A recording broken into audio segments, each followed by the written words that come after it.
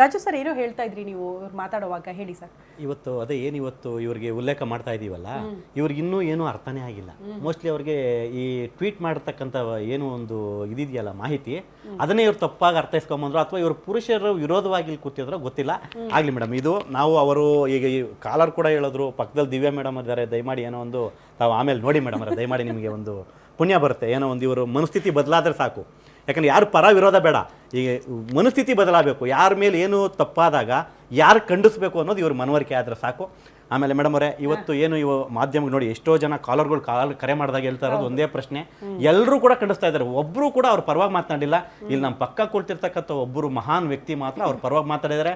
ಅವ್ರ ಮುಂದಿನ ದಿನಗಳಲ್ಲಿ ಸರ್ ಪರ ವಿರೋಧದ ಚರ್ಚೆ ವೈಯಕ್ತಿಕ ನಿರ್ಧಾರಗಳು, ಬಟ್ ಒಬ್ಬ ಪುರುಷರಾಗಿ ಅದನ್ನ ಸಮರ್ಥನೆ ಮಾಡ್ಕೊಳ್ಳೋದು ಬಹಳ ಆಶ್ಚರ್ಯ ಅನಿಸ್ತು ಅಷ್ಟೇ. ಯಾರೊಬ್ರು ಹೆಣ್ಮಗಳು ಸಮರ್ಥನೆ ಮಾಡ್ಕೊಂಡಿದ್ರೆ ಇಷ್ಟ ಅನಿಸ್ತಾ ಇರಲಿಲ್ಲ. ಅವ್ರ ಅಭಿಪ್ರಾಯನೂ ಹಂಗೆ ಇರ್ಬೋದು ಬಿಡಪ್ಪ, ಏನೋ ಒಂದು ಪ್ರಭಾವ ಪರಿಣಾಮ ಬೀರಿರ್ಬಹುದು ಅವ್ರ ಲೈಫಲ್ಲಿ ಅವರಿಂದ ಅಂತ ನಾವು ಅನ್ಕೊಳ್ತಿದ್ವಿ. ಒಬ್ಬ ಪುರುಷರಾಗಿ ಸಮರ್ಥನೆ ಮಾಡ್ಕೊಂಡಿದ್ದಕ್ಕೆ ಬಹಳ ಆಶ್ಚರ್ಯ ಅನಿಸ್ತು.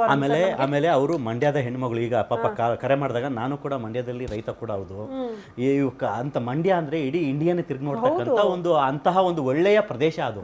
ಅಂತ ನಾಡಿನಲ್ಲಿ ನಾನು ಹುಟ್ಟಿರ್ತಕ್ಕಂಥ ಒಂದು ಇದರಲ್ಲಿ ಸಂಸ್ಕೃತಿನಲ್ಲಿ ಇವತ್ತು ನಾನು ಯಾವ ರೀತಿ ನಡ್ಕೋಬೇಕು, ಒಂದು ಪೋಸ್ಟ್ ನೀವು ಹೇಳಿದಾಗೆ ಏನ್ ಬೇಕಾದ್ರೂ ಮಾಡುತ್ತೆ ಸೆಲೆಬ್ರಿಟಿ ಒಂದು ಪೋಸ್ಟು ಯಾವ ಮಟ್ಟಕ್ಕೆ ಬೇಕಾದ್ರೂ ತಗೊಂಡೋಗುತ್ತೆ. ಆಮೇಲೆ ಹೆಣ್ಣು ನಾರಿ ಮುನಿದರೆ ಮಾರಿ, ಇಂತಹ ಒಂದು ಸಂದರ್ಭಗಳಿರುವಾಗ ನಾವು ಯಾವ ರೀತಿ ಒಂದು ಯಾರನ್ನೇ ಆಗಲಿ ಪ್ರಚೋದನೆಗೆ ಒಳಪಡಿಸ್ಬಾರ್ದು. ಈ ಮಾಧ್ಯಮದ ಮುಖಾಂತರ ನಾನು ಕೇಳ್ಕೊಳ್ಳೋದು ಇಷ್ಟೇ, ಇವತ್ತೇನು ತಪ್ಪು ಮಾಡಿಬಿಟ್ಟಿದ್ದೀರಿ, ತಪ್ಪು ಮಾಡಿದ್ಮೇಲೆ ಅದನ್ನ ನೀವು ಯಾವ ರೀತಿ ಸಮರ್ಥಿಸ್ಕೊಳ್ತೀರೋ ಗೊತ್ತಿಲ್ಲ.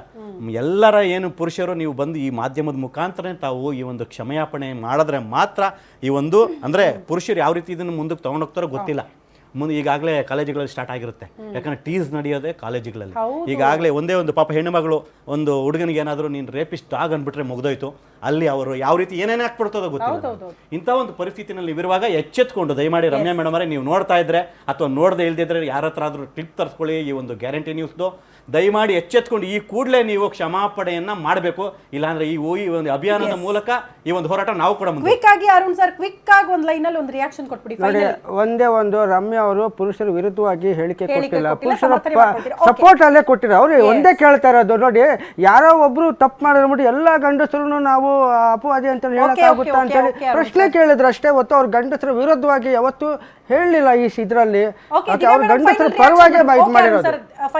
ಎಲ್ರಿಗೂ ಫ್ರೀಡಮ್ ಆಫ್ ಸ್ಪೀಚ್ ಅನ್ನೋದಿದೆ, ಬಟ್ ನಾವು ಹೇಳುವಾಗ ಎಲ್ಲಿ ಹೇಳ್ತಾ ಇದ್ದೀನಿ, ಯಾವ ಸಂದರ್ಭದಲ್ಲಿ ಏನ್ ಕೋಟ್ ಮಾಡ್ತಾ ಇದ್ದೀನಿ ಅನ್ನೋದನ್ನ ತುಂಬಾ ರೆಸ್ಪಾನ್ಸಿಬಲ್ ಆಗಿ ಕೋಟ್ ಮಾಡ್ಬೇಕಾಗತ್ತೆ. ನಾನು ಹೇಳ್ದಂಗೆ ಎಸ್ಪೆಷಲಿ ನಾವು ಮಾತಾಡುವಾಗ ಅದು ಕಂಟ್ರೋಲ್ ಬರ್ದಲ್ಲೇ ಇರ್ಬೋದು, ನಾವು ಬರ್ದ್ಬಿಟ್ಟು ಹಾಕುವಾಗ ನಮ್ಗೆ ಅಲ್ಲಿ ಎಡಿಟ್ ಮಾಡಿ ಎಡಿಟ್ ಮಾಡೋ ಅಂತ ಅವಕಾಶ ನಮ್ಗಿರುತ್ತೆ, ಅದನ್ನ ನೀಟಾಗಿ ಉಪಯೋಗಿಸಿ ಸ್ವಲ್ಪ ಎಡಿಟ್ ಮಾಡಿ ಅಂತ ನೀವು ಹೇಳ್ತೀರಾ. Okay Lakshmi madam, final reaction. ಹೆಣ್ಮಕ್ಳು ನಾನು ಕೇಳ್ಕೊಳ್ಳೋದು ರಮ್ಯವ್ರಿಗೆ ಅಂತಲ್ಲ, ಯಾರೇ ಸೋಷಿಯಲ್ ಮೀಡಿಯಾದಲ್ಲಿ ಮಾತಾಡಬೇಕಾದ್ರೆ ದಯವಿಟ್ಟು ಒಂದು ಫಸ್ಟ್ ಬರ್ದಿಟ್ಕೊಂಡು ಅಥವಾ ಒಂದು ಪ್ಲಾನ್ ತಗೊಂಡು ಮಾತಾಡಿ. ಈಗ ದುಡುಕಿ ಮಾತಾಡೋದ್ರಿಂದ ಎಷ್ಟು ಅನಾಹುತಗಳಾಗ್ತಾ ಇದೆ, ನಿಮ್ಮ ಫ್ಯೂಚರ್ ನೀವೇ ಹಾಳು ಮಾಡ್ಕೊತಾ ಇದ್ದೀರಾ ಅಲ್ವಾ, ನಿಮ್ಮ ಮಾತಿಂದ ನಿಮ್ಮ ಜೀವನ ಹಾಳಾಗ್ತಾ ಇದೆ. Thank you. ಇಷ್ಟೊತ್ತು ನಮ್ಮ ಜೊತೆಗೆ ಜಾಯ್ನ್ ಆಗಿ ಮಾತನಾಡಿದ್ದಕ್ಕಾಗಿ, ತಮ್ಮ ಅಭಿಪ್ರಾಯ ಹಂಚಿಕೊಂಡಿದ್ದಕ್ಕಾಗಿ. ಪ್ರಜಾಪ್ರಭುತ್ವ ವ್ಯವಸ್ಥೆಯಲ್ಲಿ ಅವರವರ ಅಭಿಪ್ರಾಯಗಳನ್ನು ವ್ಯಕ್ತಪಡಿಸೋದಕ್ಕೆ ಅವಕಾಶ ಇದೆ, ತಪ್ಪಲ್ಲ. ಆದರೆ ನೀವು ವ್ಯಕ್ತಪಡಿಸುವಂಥ ಅಭಿಪ್ರಾಯಗಳು ಸಮಾಜಕ್ಕೆ ಮಾರಕ ಆಗಬಾರದು. ಸಮಾಜಕ್ಕೆ ಮಾರಕ ಆದರೆ ಅದು ಬೇರೆ ರೀತಿಯಲ್ಲಿ ಪರಿಣಾಮ ಬೀರುತ್ತೆ. ಹಾಗಾಗಿ ಉನ್ನತ ಸ್ಥಾನದಲ್ಲಿ ಇರೋರು ನೀವು ಮಾತನಾಡುವಾಗ, ಒಂದು ಪೋಸ್ಟ್ ಹಾಕುವಾಗ ಅದರದ್ದೇ ಆದ ತೂಕ ಇರುತ್ತೆ. ಸ್ವಲ್ಪ ಯೋಚನೆ ಮಾಡಿ ಒಂದು ಪೋಸ್ಟನ್ನು ಮಾಡಿ. ನಿಮ್ಮ ಉದ್ದೇಶ ಏನಿದೆಯೋ ಅದ್ರ ಬಗ್ಗೆ ಒಂದು ಕ್ಲಾರಿಟಿಯನ್ನ ಇಡೀ ಸಮಾಜ ಬಯಸ್ತಾ ಇದೆ. ರಮ್ಯಾ ಮೇಡಮ್, ದಯವಿಟ್ಟು ಈ ಕಾರ್ಯಕ್ರಮ ನೋಡಿದ್ರೆ ಅಥವಾ ರಾಜ್ಯದಲ್ಲಿ ಇದ್ರ ಬಗ್ಗೆ ಪರ ವಿರೋಧದ ಚರ್ಚೆಗಳಾಗ್ತಾ ಇದೆಯಲ್ಲ, ಅದು ನಿಮ್ಮ ಗಮನಕ್ಕೆ ಬಂದಿದ್ರೆ ಒಂದು ಕ್ಲಾರಿಟಿ ಈ ಪೋಸ್ಟ್ಗೆ ಸಂಬಂಧಪಟ್ಟಂತೆ ಕೊಡಲೇಬೇಕಾದಂಥ ಅನಿವಾರ್ಯತೆ ಇದೆ, ಕೊಡಿ ಅಂತ ಹೇಳ್ತಾ ಇದಾಗಿತ್ತು ಈ ಹೊತ್ತಿನ ವಿಶೇಷ. ಇದು ಗ್ಯಾರಂಟಿ ನ್ಯೂಸ್, ಸುದ್ದಿ ಖಚಿತ, ನ್ಯಾಯ ನಿಶ್ಚಿತ.